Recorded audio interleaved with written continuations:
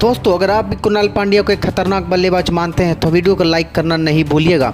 दोस्तों, लखनऊ के मैदान में कुणाल पांड्या ने अपने गेंदबाजी के साथ साथ बल्लेबाजी का जलवा इस कदर बिखेरा जिसको देखने के बाद आपको अपनी आंखों पर यकीन नहीं होगा। जी हां दोस्तों, कुणाल पांड्या ने अकेले दम पर हैदराबाद के बल्लेबाजों को ढेर तो किया ही, साथ ही साथ गेंदबाजों की भी जमकर पिटाई की।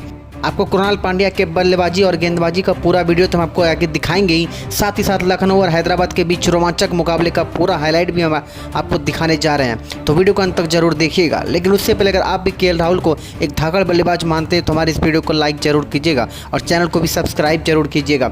दोस्तों, IPL 2023 का 10वां मुकाबला लखनऊ सुपर जायंट और सनराइजर्स हैदराबाद के बीच लखनऊ के इकाना स्टेडियम में खेला गया, जहां पर सनराइजर्स हैदराबाद ने टॉस जीतकर पहले बल्लेबाजी करने का फैसला किया, जिसके बाद बल्लेबाजी करने के लिए मैदान पर अनमोलप्रीत सिंह और मयंक अग्रवाल उतरे और गेंदबाजी करने के लिए लखनऊ की तरफ से कियाल मेरियस अपनी पहली ओवर के साथ मैदान पर उतरे और पहली ओवर के में दोनों बल्लेबाजों ने एक रन के साथ अपना खाता खोला। लेकिन उसके बाद दूसरे ओवर के अंतिम बॉल पर अनमोलप्रीत सिंह ने एक कड़ाकेदार छक्का लगाया जयदेव उनडकट को। फिर कुणाल पांड्या के तीसरे ओवर के दूसरे गेंद पर भी मयंक अग्रवाल ने एक शानदार चौका लगाया, लेकिन पांचवें गेंद पर हैदराबाद को एक बहुत बड़ा झटका लग गया मयंक अग्रवाल के रूप में, और यहाँ पे कुणाल पांड्या ने लखनऊ को एक बहुत बड़ी विकेट दिला दी। मयंक अग्रवाल मार्कस स्टोइनिस के हाथों कैच आउट हो गए और मात्र 8 रन बनाकर पवेलियन लौट गए। जिसके बाद बल्लेबाजी करने के लिए राहुल त्रिपाठी मैदान पर उतरे। उसके बाद अनमोलप्रीत सिंह ने कुणाल पांड्या के 5वें ओवर के अंतिम 2 गेंदों में 2 शानदार चौका लगाया और फिर राहुल त्रिपाठी भी यश ठाकुर के अगले ओवर में पहली गेंद पर एक जबरदस्त चौका लगाकर अपनी पारी का आगाज किया। उसके बाद इसी ओवर के अंतिम गेंद पर अनमोलप्रीत सिंह ने एक खूबसूरत चौका लगाया, लेकिन 8वें ओवर के अंतिम गेंद पर कुणाल पांड्या ने अनमोलप्रीत सिंह को LBW आउट करके एक बहुत बड़ा झटका हैदराबाद की टीम को दे दिया। अनमोलप्रीत सिंह 26 गेंदों में 31 रन की शानदार पारी खेलकर पवेलियन लौट गया। जिसके बाद बल्लेबाजी करने के लिए कप्तान एडम मार्करम मैदान पर उतरे और उनको भी कुणाल पांड्या ने पहली ही गेंद पर क्लीन बोल्ड करके पवेलियन का रास्ता दिखा दिया।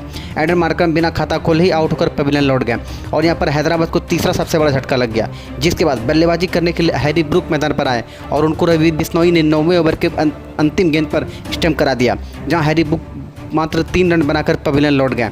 जिसके बाद बल्लेबाजी करने के लिए वाशिंगटन सुंदर को मैदान पर भेजा गया, जहां वाशिंगटन सुंदर ने 1 रन के साथ अपना खाता खोला, लेकिन 10वें ओवर के अंतिम गेंद पर राहुल त्रिपाठी ने एक जबरदस्त चौका लगाया। उसके बाद फिर राहुल त्रिपाठी ने अमित मिश्रा के 15वें ओवर के अंतिम गेंद पर भी एक शानदार चौका लगाया और फिर अमित मिश्रा के 17वें ओवर के अंतिम गेंद पर भी एक खूबसूरत चौका राहुल त्रिपाठी ने लगाया। लेकिन यश ठाकुर के 18वें ओवर के दूसरे गेंद पर हैदराबाद को एक और बड़ा झटका लग गया राहुल त्रिपाठी के रूप में। जी हाँ दोस्तों, राहुल त्रिपाठी 41 गेंदों में 35 रन की ताबड़तोड़ पारी खेलकर पवेलियन लौट गए। जिसके बाद बल्लेबाजी करने के लिए अब्दुल समद मैदान पर उतरे और आते ही यश ठाकुर के अगले ही बॉल पर एक जबरदस्त चौका लगाया, लेकिन अमित मिश्रा के 19वें ओवर के तीसरे गेंद पर हैदराबाद को एक और बड़ा झटका लग गया। इस बार अमित मिश्रा ने वाशिंगटन सुंदर को अपना शिकार बनाया और वाशिंगटन सुंदर 28 बॉल पर 16 रन की खूबसूरत पारी खेलकर पवेलियन लौट गए। जिसके बाद बल्लेबाजी करने के लिए अब्दुल हसीस मैदान पर उतरे और वो भी एक चौका लगाकर अपनी अमित मिश्रा के ओवर में आउट होकर पवेलियन लौट गए। जिसके बाद बल्लेबाजी करने के लिए उमरान मलिक मैदान पर आए और वो भी रन आउट होकर बिना खाता खोले ही पवेलियन लौट गए। जिसके बाद बल्लेबाजी करने के लिए भुवनेश्वर कुमार मैदान पर उतरे, लेकिन स्ट्राइक पर अब्दुल समद बल्लेबाजी कर रहे थे और फिर जयदेव उनडकट के अंतिम ओवर में अब्दुल समद ने 2 कड़ाकेदार छक्का लगाकर स्कोर को 120 के पार पहुँचा दिया। जिसके बाद लखनऊ को मात्र 122 रन का टारगेट मिला इस मैच को जीतने के लिए। लखनऊ सुपर जायंट की तरफ से बल्लेबाजी करने के लिए केएल मेयर्स और कप्तान केएल राहुल मैदान पर उतरे और भुवनेश्वर कुमार के पहली ओवर के तीसरे गेंद पर ही केएल राहुल ने एक जबरदस्त चौका लगाकर अपनी पारी की शुरुआत की। उसके बाद फिर वाशिंगटन सुंदर के अगले ओवर के पहले ही गेंद पर राहुल ने एक और चौका लगाया। उसके बाद इसी ओवर के 5वें गेंद पर भी केएल मेयर्स ने एक और चौका लगाया, लेकिन उसके बाद तीसरे ओवर के 5वें गेंद पर केएल मेयर्स ने एक और चौका लगाया।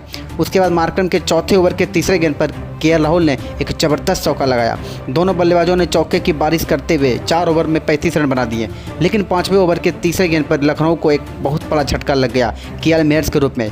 फजल हक फारूकी ने उनको मयंक अग्रवाल के हाथों कैच आउट करा दिया, जहां केएल मेयर्स 14 गेंदों में 13 रन की पारी खेलकर पवेलियन लौट गया।